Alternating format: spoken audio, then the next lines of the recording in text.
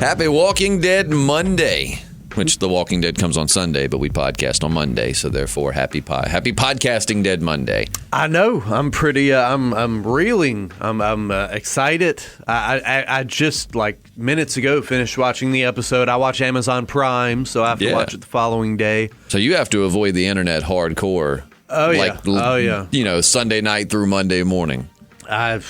Yes, I go to bed early. I don't look at my phone until after I've watched the episode. And yeah, for good reason today, because wow, lots of stuff going on. Absolutely. Before we get started, we are the Podcasting Dead. I'm Justin. That fella is... JP. Cool fact, his name is also Justin, but JP is just what he goes by. So there's a lot of Justins out there. I have not eliminated them all yet. So yeah, until then, I will go by my initials. What's cool is my middle initial is T, so we could be JP and JT. Oh, JT man, and P. I didn't realize that. Mm-hmm. Huh. But also, we have to start before we even get to going by saying a special rest in peace to Scott Wilson. Herschel passed away this weekend. I read that it was a bout of leukemia that he was dealing with. Is what I was reading. But either way, it's been, pretty strong. I'm pretty sure it's been confirmed, but like he will probably show up in this season, be a flashback or vision or whatever. That's going to make it that much sadder. But a special thoughts, going out to his friends, family, and coworkers. I just could not imagine anyone being Herschel but Scott Wilson. He had the most friendly demeanor and eyes, and just I think that's the strongest reaction as far as a death that The Walking Dead ever got from me was when they killed Herschel. I was like, I'm done with this show. This sucks. Screw the governor. And then of course I looked back and was like, wow, what a good episode. But thinking of that sucks, man. What a loss. In the Walking Dead community. Before we get started, also make sure to click that subscribe button if you like Walking Dead discussions, be it the comic, the show, even Fear the Walking Dead. We podcast a time or two a week, and would love to have you join us each time. So hit the subscribe button and the little bell so that it'll notify you when we post something. And last foregoing thing, spoilers. We will be spoiling the show and some comic spoilers, though we give you warnings before each comic spoiler. So you have been warned, and let's get the show on the road. Number one, let me just come out the gate swinging, man. I thought this was a wonderful premiere. I was very happy with it. Yeah, best one since I remember that premiere. I don't know if it was last season where they were corralling all the zombies away from the thing. Oh, yeah. Season 5, right? Was that no, season 6, wasn't it, where it started off, they had the roadblocks set up and Daryl was on his motorcycle and they were steering, and then the wolves attacked while that was happening. Mm-hmm. Yep. But yeah, man, this was a solid premiere. I hope this is a note for things to come. I think it is. It made me very hopeful, and I hope that for those that may, like my dad is one of those that's kind of gotten to where he doesn't dislike the show, but he's like, it's just not, I just don't feel the same spark anymore. And he texted me and said, I thought this premiere was awesome. Like it definitely was off to a great start. And let's just say that Michonne fits that mother role very well, starting at the beginning. I mean, we saw that with Carl, but when, Carl passed, he told her she was kind of a mother, but also kind of a friend to Carl, because he told her before he died, you're my best friend. It's like that cool aunt. Yeah, right. And with Judith, when she's sitting there and they're doing the painting or whatever, Michonne just has that motherly glow. And I thought that you could really tell it with that scene. Yeah. I just really like Denai Guerrero. And I think as long as she's a part of the show, there's no chance that I will leave it.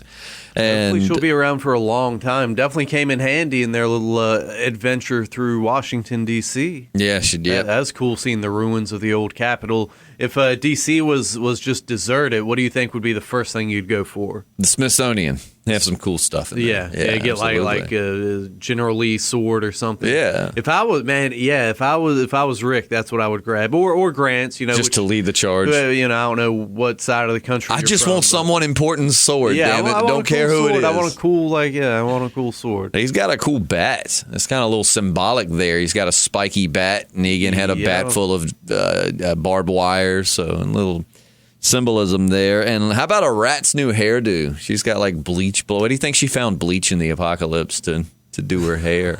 I don't know, man. She got like the Slim Shady thing going on. Yeah. But I would be worried about a rat because she was fiercely loyal to Negan. She's one of those saviors I see there being a problem with, because we already can tell there's some tension that's going to build between the saviors and, Alexandrian's Hilltop. Maggie just don't really care much for the sanctuary or the saviors. A lot of people seem to feel that way. So it's going to be some tension, and Arat might play a critical part in that, because she was definitely like very loyal to Negan. You go back and watch the last season or two, man, she was like Negan's right-hand woman. There's some loyalists out there, which begs the question, you leave him alive so he doesn't become a martyr and just, stir up the cause even more. Or, at the same time, though, keeping him alive, his loyalists hold out hope that one day he may escape and regain power. Yeah, so or they're going to help swing that into motion. It's a double-edged sword, It's hard to say which way you come out better. Well, Aaron's now a single man, and we see him and Jesus. He asked Jesus he's going to teach him some karate sometime, so there may be a chance we could see Jesus and Aaron being like the next power couple. Could happen. Reminds me of Beecher and Keller and Oz. Their whole thing started with wrestling, and they got to wrestling and grabbing. And so, we'll see what happens. But Aaron's sporting a very impressive beard himself. Yeah, very rugged. Very rugged. Yeah. And maybe it's because they have been saying this is taking it back to season 1, but I really did. I felt some of the same vibes from the original seasons, just kind of some of the stillness and eeriness. And for me, I noticed some of the camera angles kind of really reminded me of like season 1. Okay. Just, like some camera angles would be like sitting on the ground or, whatever. But I really like that. And then, they're going down the street, and here comes Father Gabriel looking all Children of the Cornish with that. Yeah, dude. I was thinking like, what was that Clint Eastwood, Pale Rider or whatever? Yeah. It's just like the gunslinging like the priest. One eye, too. Imagine when Negan first saw him, the first thing he said was, "You are creepy as shit." Yeah. Imagine if he'd have had that hat and the one dead eye. Negan would have just been like, "Oh, my God. Well, we're leaving you guys alone, man. Yeah. I don't want to mess with this guy." It's good that Gabriel is owning his creepiness, Right, yeah. He's owning that. It could come to their advantage if they have to, like, interrogate someone. Just send Father Gabriel, because he's got that real calm demeanor, and he's, real religious, but he's got the one dead eye in the hat. And you'd be like, I'm going to tell this guy whatever I know. Otherwise, I'm getting sacrificed to some kind of cult. I'm not going to lie, man. I want us to make a field trip up to the Smithsonian now, or wherever they were, finding all that cool stuff. When we get to this point, too, how badass was the new intro? Oh, yeah. Dude, really, I love it. It's very comic-ish. Uh-huh. It kind of puts it, to me, it has more of like that horror sci-fi feel. Like, I love that. When it started, I just was like, man, what a great way. New season, new intro, new threats. They really are moving in a different direction. And for those that didn't like it are going to hate this, because we pretty much, I know I loved it. JP enjoyed it. So it's pretty much just majority praise from here on out. So if you absolutely hated it, it might not even be worth your time to listen to this. Yeah, I didn't see a lot to really gripe about, I thought the spider-filled zombie was pretty cool. I know you're not a big fan of spiders. So. Man, I'm really digging how they're kind of getting back to zombies. Because, for a while, walkers just a horde of zombies was, but it was like, walkers were just like, move, zombie. I have to kill this. It's been, I guess, the last season or two of being like person on person was the main focus of the show. It's good to see them kind of getting back to that, like, walkers are a threat and coming up with new and creative ways for the walkers to be scary. Like you said, that spider zombie. Woo! When Sadiq's, like, I just don't like spiders. Don't worry, buddy. Yeah. I don't know many people that would have been comfortable in that situation. Yeah. You don't have to. And then, oh my God, yeah, that. I'm not as scared of spiders as other people. Like pretty much all of my friends are terrified. I'm usually the one that has to go over there and be like, I got it. Right. But I don't like that. Still would have it made my skin crawl. Yeah. But yeah, again, I like how the zombies are more decomposed. Mm-hmm. Like, I like how the zombies, you can tell a lot of them are very weathered. They've been through the ringer. They're rotting. Some of their jaws are kind of stretched and hanging off. I really just like it. It does really feel like we've moved into a new world in The Walking Dead. Yeah, absolutely. I like the crows, too. You notice they did a lot of shots of crows. You had Rick and Michonne in the field, and the crows flew off. And, hold on, someone's calling us. Are you expecting anyone? I'm not, no. Oh, Lord. Let's see if maybe they're calling for the radio station. Hello? Hello? Oh, my gosh, it's Matty D. Oh, no kidding. Hello. Oh man. Good afternoon, good morning, whatever time it is. Yeah, it's very early. Matty D. Oh my gosh. How you doing, guys? Good to talk to you. How did you get this number? I dialed the operator and then said connect me to the radio station. No, I'm just kidding. I actually got there yesterday, and I've been on hold for the past 16 hours. Oh man, that's dedication. That is dedication. You have no idea how long it takes. How you been doing? So I just told you how long it takes. How you been doing, buddy? I'm doing well, man. You're so nice to ask. Is Japles there? He is. I'm actually multitasking right now, getting him hooked up for a headset so that he can hear you. Exciting. Yeah, you're gonna get to hear from old Japles, as we call him here around the studio. Okay, Japles, here is your headset. Let's get you over here talking. Yeah. Is he still wearing the one with the stickers all over it? The Lisa Frank covered headphones are in his studio. Of course. Can you hear Matty D? Huh? Can you hear me? Oh, yeah, I hear you. Sure. Oh, there he is. Oh, man, the band's back together. How about a reunion tour? Together again. So, Matt, I got to ask, man, what did you think of last night's episode? Back to form. It was a good episode, so I'm glad Gregory's dead. Allegedly, we won't know until next week because she could got him through an inch of his life and then taken him down. Kind of like the Negan Rick thing.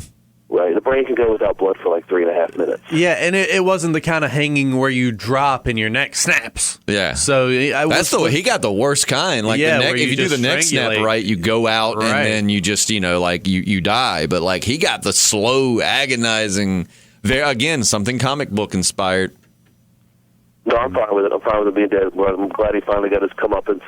And Maggie's getting cold. Cold. I do not like the way she was disrespecting Rick, man. I mean, I know that you got your differences, but I mean, this guy's got you through a lot. I mean, she's just Maggie don't give a shit.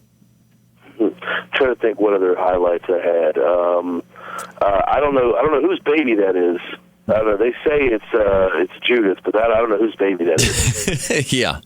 Well, it's definitely we know it's Shane's baby.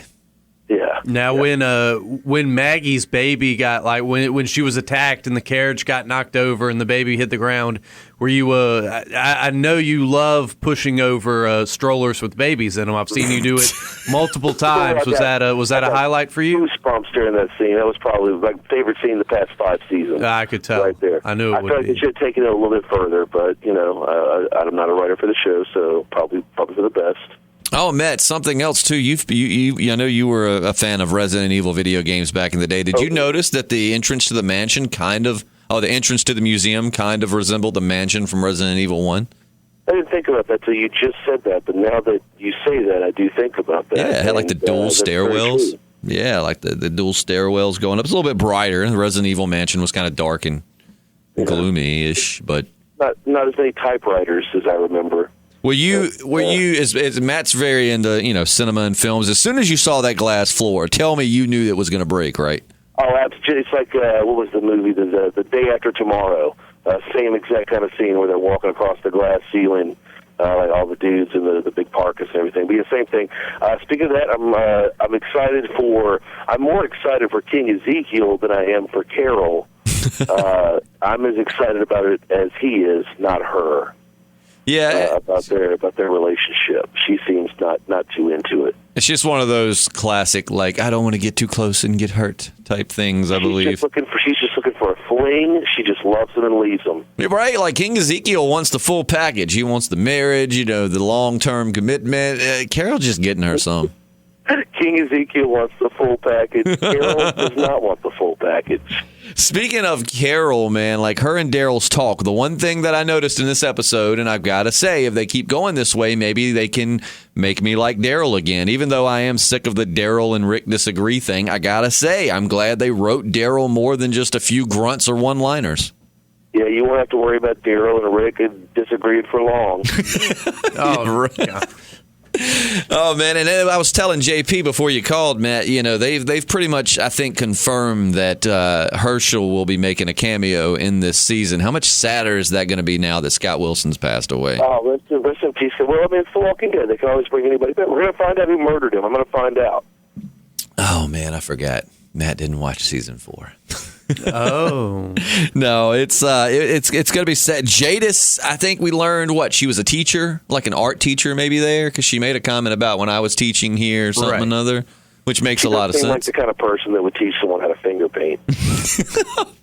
That's a son. This is a little happy bush. President Maggie won the election, too.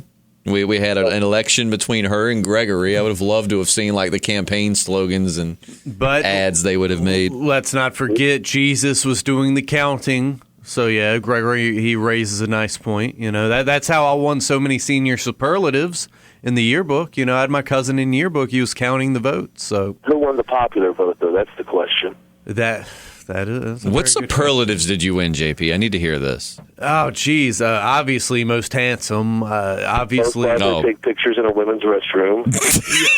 Look, that was that was for yearbook class as well. I just wanted, a provocative spread. That's all. He's like, I'm trying to get all angles of high school life, and that includes the bathrooms. Yeah. Most likely to send the yearbook club an angry letter for not getting enough superlatives. JP, I wish I could have been in that class. When Ezekiel, let me see. Did anybody, when Ezekiel was hanging through the glass floor, did that make anyone kind of reminisce on the Glenn whale situation?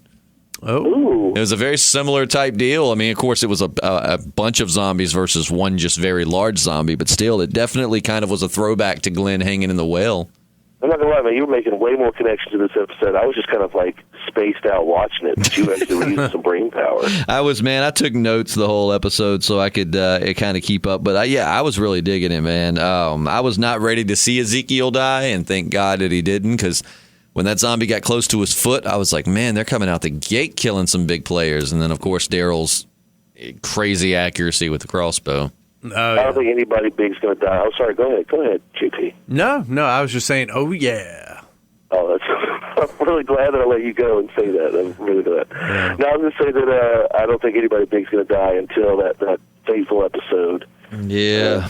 And then we'll see what happens from there. For all of my fellow kayakers out there, did you notice the river under that bridge was moving insanely fast? Like they had a hurricane or crazy. I mean, I've seen the river moving like a third that speed, and we're like, it's going a little too fast today. Maybe we'll wait till next weekend and go when it kind of calms down. Yeah, well, they had said something about a storm taking out like the highways all messed up. It had to have been like a big hurricane, which I know they've time jumped, so they're not technically in the same time, but how crazy would it have been if it would have been the same hurricane that hit Fear the Walking Dead? Yeah, that's right, because they are a little bit ahead of Fear now. Unless they're saying like it knocked it out a while back, and they're just now discovering this. But, that could be true. It would be cool to have that connection. Where's Fear the Walking Dead? You said where? Yeah. They were in Texas, right? And then they were heading towards Virginia, Mississippi. They got to that area. It's possible, as long as the storm stayed on the coast, and so maybe went through, because you're going to lose more speed the more land you get. And I learned watching the news about Hurricane Florence. I learned a lot about hurricane patterns. I'm basically a meteorologist now. Yeah, well, more or less, meteorologist. Meteorologist. Saw Daryl dual wielding the knives, just coming out when they were had the horse and buggy situation. So, that kid, man, who doesn't know what to do with his hands. That kid got kicked by a horse, right?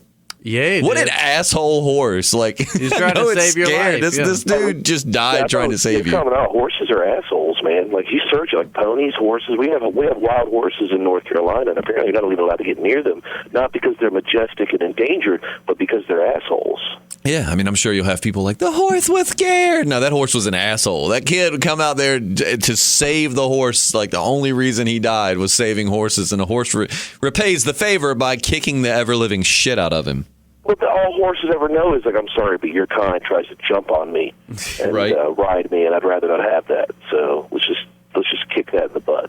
Well, and then we go back to the hilltop, and you got Tammy and Earl, right? Wasn't that the guy's name, Earl? Sounds about right. Tammy and Earl, just like classic. It's your fault our son died, and it's like, man, you live in a zombie apocalypse. Yeah, technically, it's the zombie's fault that your son died. I don't know what to tell you. Pretty sure Maggie didn't put a gun to his head and force him to go. He's probably a volunteer, right? They're like, hey, we're going to the nation's capital. Who wants to come? Me. Right. I mean, your kid probably volunteered, which is noble of him. Thank you for your, for doing that. But Maggie didn't hold a gun and say, all right, like the governor. Remember when the governor was going around trying to make child soldiers? It's like, no, it's not Maggie's fault your son died. Your son volunteered, and you live in a time where dead people come back to life and eat living people. So sometimes these things happen. It's not Maggie's fault. Well, maybe she should have known. Maggie didn't hold a gun to his head. It was probably warranted. I mean, she's Maggie.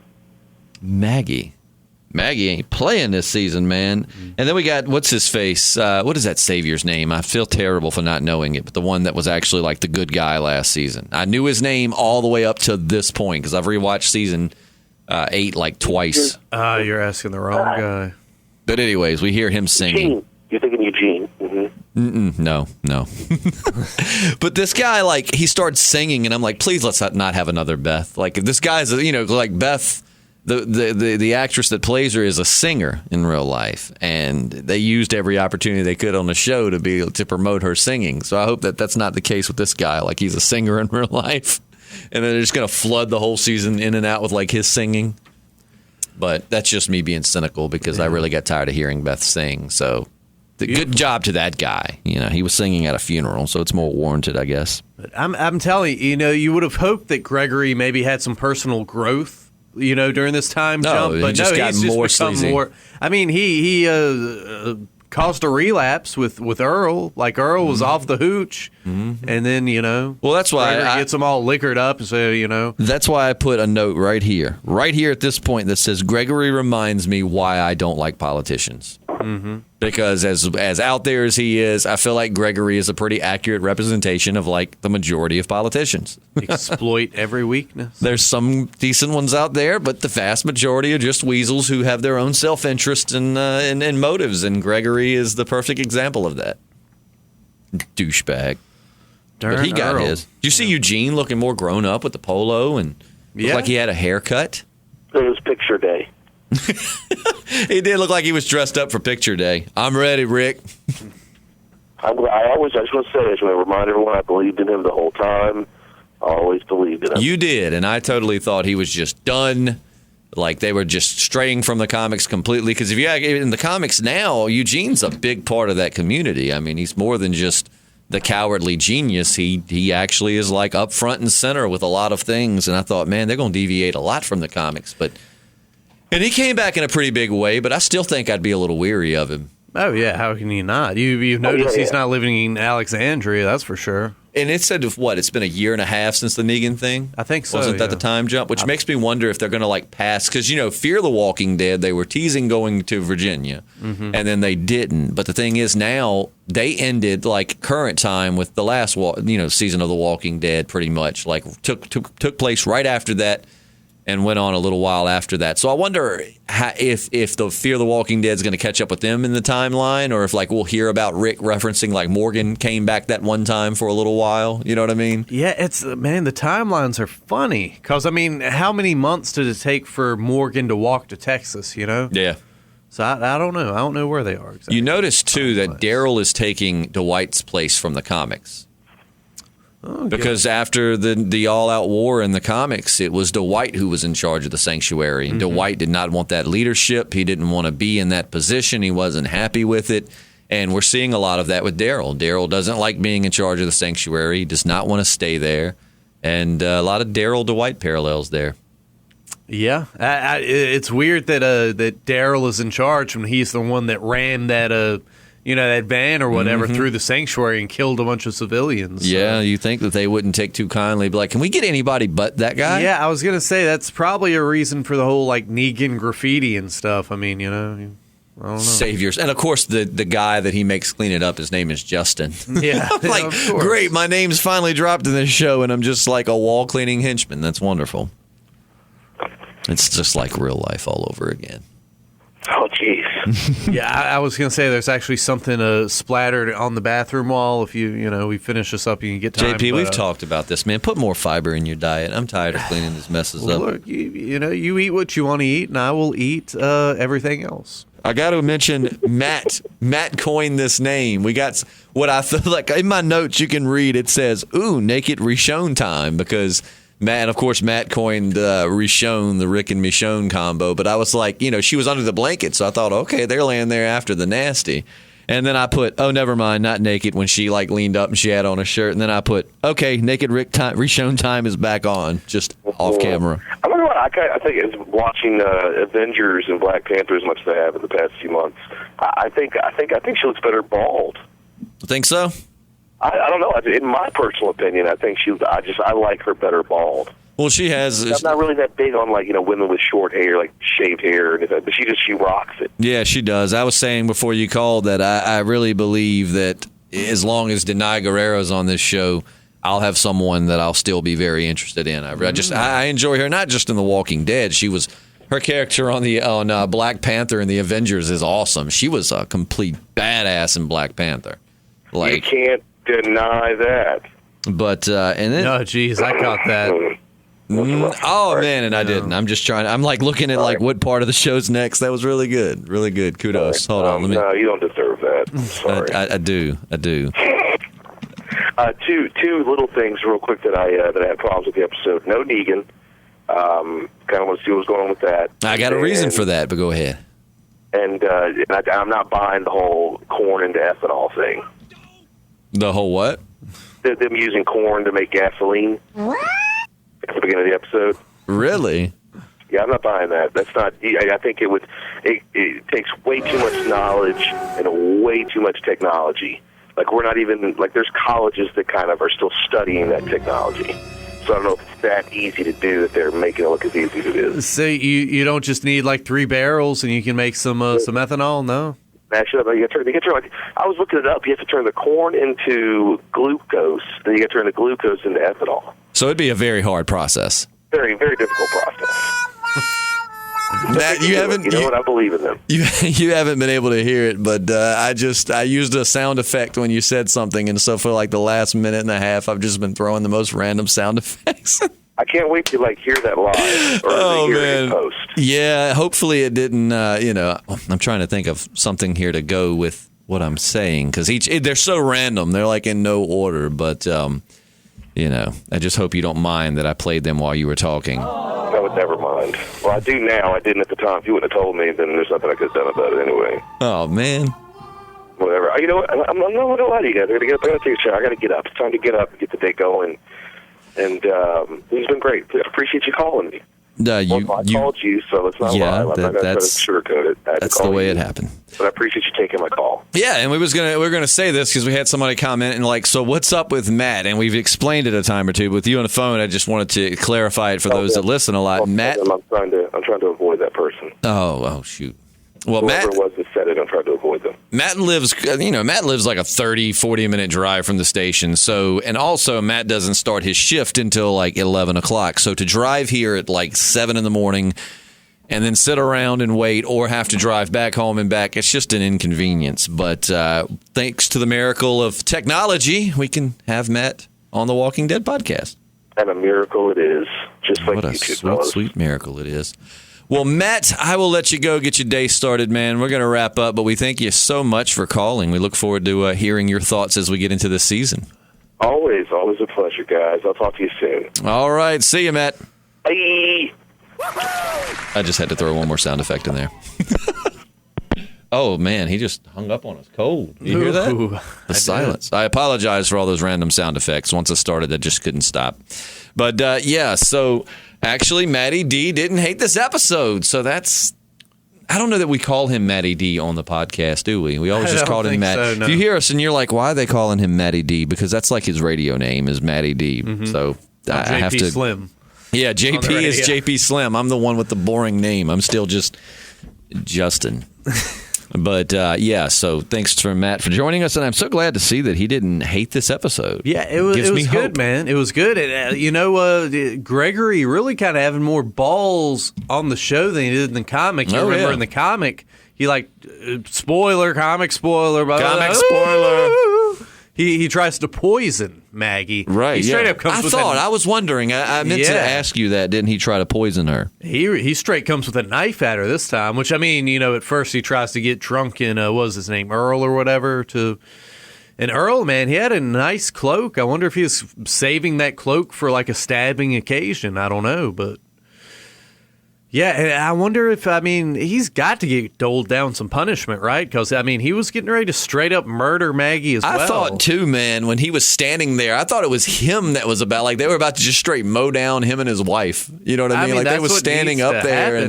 Because, number one, his wife, a very, very unpleasant lady. I've got in my notes, Tammy needs to chill out. Yeah, I know you just lost your son, but, I don't know. I just... it's not I'm sure he volunteered to go. I feel like the reason why Maggie hasn't punished them, at least yet, is because she can kind of sympathize with them because of her whole Glenn Negan thing. But that's completely different. Like, Negan straight up beat your husband's brains out with a baseball bat just amounting to nothing more than just a show of power. You didn't, you know what I mean? Like, you didn't force this kid to go out. You didn't kill him, and you tried to save him. This is not... Yeah, and maybe Maggie should have known that, look, this guy's not ready for this kind of mission. But how's he going to learn? Even still. It's one of those things, man. If he had it in his mind that he wanted to be a runner or go out on runs and do these things, there's really not a training course, I feel, that you can prepare you for something like that. You just have to go. Look how many people they've lost along the way.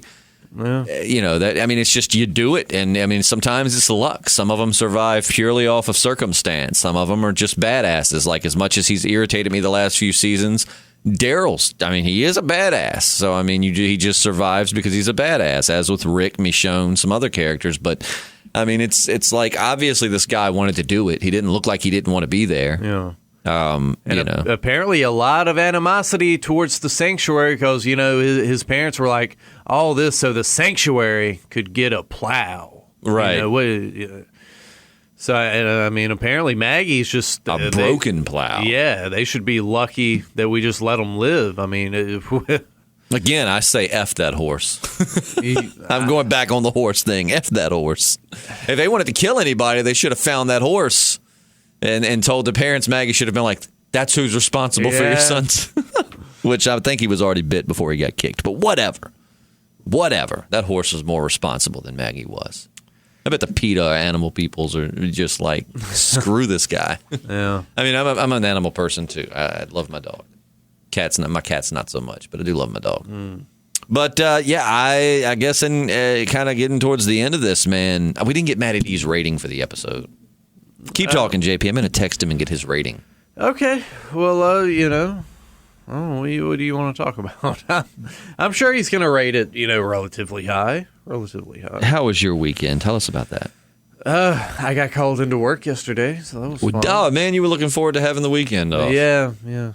I have for those that don't know, I have a side job, always busy, but... JP is a gigolo. No, well, look, I was going to try to use That's more. That's why he got called into work. Yeah, I got called into work. He got a phone call, and they were like, I need it. I'm in the business of pleasure. What do you want me to say, But I really like the way this season started out. I just can't express that enough. Maybe it's because everybody's, been complaining about the show. Everybody that I know, it's been a big majority, though they're still, relatively killing in the ratings, but... I think JP and myself are like, along with a few others, I've still been, even at its low points, I still enjoy the show. Yeah, I have my complaints, but it's going on its 9th season. I don't think you're going to run a show 9 seasons and not disappoint people in some way, shape, or form. I think we're starting to get into like soft reboot mode, Kind of like Fear the Walking Dead tried to do? Yeah, sort of similar to that. I think it's going to be for the best. It was cool seeing them all come down the road, and it's almost got like that Westerns feel to it with the horses and the carriages and stuff. Yeah. But, I will say, I love that Maggie's becoming, we've always known she was strong, but I like that she's becoming just her own person. I do not like how she disrespected Rick, though. I understand your animosity to Rick with the whole Negan thing, but you got to look past that, man. This is a guy Abraham and Glenn died trying to get you to the hilltop. I mean, a lot of people, including Rick himself, risked their lives, for you numerous times. I mean, this is family that you're talking to. I mean, have a little more respect. But I'm sure the Maggie defenders will come out the woodwork and be like, no. But I mean, I understand her not really wanting to support the sanctuary. I'm just talking about kind of the way she talks to Rick. You know what I mean? Like he's beneath her, and she's like, you said one day you'd be following me. That starts now. Mm-hmm. Who are you talking about, man? This is Rick Grimes. Yeah, I mean, it kind of makes you think of post-World War II Germany. I mean, that country was in shambles, and it was, I mean, all the wartime reparations they threw on them, it's, sort of similar to that. And they're just kind of... And I get she's probably still shell-shocked. I mean, that war took a toll. We lost some people. She lost the love of her life. I mean, I get it. I do. But, I mean, this is Rick. This is a guy that would jump in front of a bullet for you right now if he had to. So, just... Yeah, but one good point Maggie does make, there should be a tit for tat. There should be some trading. If I remember right in the comics, like the saviors are mining salt. So they're like trading food for salt and this for that. So. Yeah, you got to have something to make yourself valuable, something worth their time and trade. Yeah, so I guess in this case, instead of salt, it's ethanol. And I think maybe it's because we know that Rick's going to die or leave, so we're like, Maggie, be nice to him, man. He's not going to be here much longer. Yeah. So maybe that's why I feel that way, but... and I agree with you 100%. And I don't think she was wrong. Like I said, it was more like the way she talked to Rick, not so much as what she said. I understand, like, hey, we're putting out, and we're not really getting anything in return. It's not fair to our people to keep having to work so hard to support these people. Mm-hmm. And I get it, but, be nicer to Rick. This is Rick Grimes. Yeah. His final episodes. So what do you think's going to happen to Earl? Anything? I don't think that she'll kill him. I mean, I'm not saying I think that he'll survive or become a big character, but I don't think that Maggie's going to execute him. You think he's going to lead an insurrection, like a Gregory loyalist insurrection? No, I think after seeing Gregory swinging, I think Earl's rebellion has been crushed already. Yeah. I think he's done. Oh, I mean, she knows he was drunk. She knows he was influenced by Gregory. She knows what a weasel Gregory was. I mean, while that guy was... it's kind of like Charles Manson. Those girls got locked up and stuff, but Charles Manson was the mastermind that orchestrated it and, was the biggest part of that threat. And it's kind of the same way with Gregory. Like, he pulled the strings and made that happen. He got him drunk. He talked him into doing it. He was grief-stricken with the loss of his son. I thought they looked old enough to be that dude's grandparents, not his parents. Yeah, they were old and haggard folk. Yeah, but I mean, I guess, hey... But yeah, so, because, I mean, he looked young. It'd be different if the guy was like in his, I would say like 20s, 30s. You'd be like, okay, but this kid looked like he was a teenager almost. And yeah, change your life, baby, maybe. I guess maybe they just were like, the world's ended. Like a few years ago, well, now the timeline wouldn't line up. The apocalypse hasn't been going for that long. But yeah, so, I don't know. I don't see her executing him, but I could be wrong. Maybe they will. Time will tell. Do you think they should? Yeah, I think house arrest. If I was going to say, I don't know that I would execute him, but I would definitely lock him up. Sorry, you tried to murder me, the leader. Or like banishment or something. Negan wouldn't kill him. Negan would just kill his wife. Yeah. Negan wasn't into killing the people that straight up tried to hurt him so much as, like with, what was it, Rosita, they killed Olivia and took Eugene, and Daryl punched him and he killed Glenn. So he just would have been like, take your wife, Tammy. Nobody liked you anyways. Yeah.